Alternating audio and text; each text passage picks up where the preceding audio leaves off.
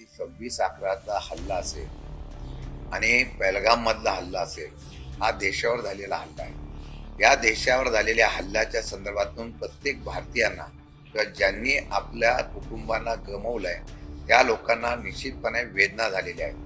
त्यावेळेला सगळा देश एकत्र आहे. या असलेल्या आरोप प्रत्यारोपामध्ये मला वाटतं की सरकारची भूमिका ही विधिमंडळामध्ये असेल किंवा संसदीय मंडळामध्ये असेल, ही विरोधी पक्ष त्रुटी काढत असतो आणि सत्तारूढ पक्ष आपण त्याचं कशा पद्धतीने योग्य केलं या पद्धतीने चर्चा करत असतो.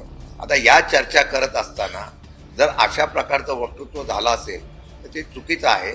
माझ्या माहितीप्रमाणे फक्त त्यामध्ये राजकीय फायदा या देशाच्या लढाईमध्ये एका पक्षाचा होऊ नये.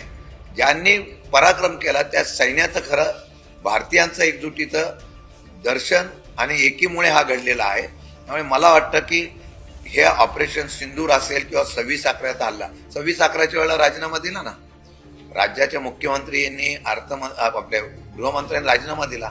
मग पहलगामचा हल्ला झाल्यानंतर मग देशाच्या पंतप्रधानांनी त्याप्रमाणे गृहमंत्र्यांनी राजीनामा द्यायला पाहिजे. याच्यावर श्रीकांत शिंदे का नाही बोलले? म्हणून राजकीय आरोप प्रत्यारोप करण्यापेक्षा या बाबतीमधलं गांभीर्य देऊन कशा पद्धतीने आपण चुकलो, त्या त्रुटी कशा दूर केल्या पाहिजे याचा विचार आता सरकारने करण्यात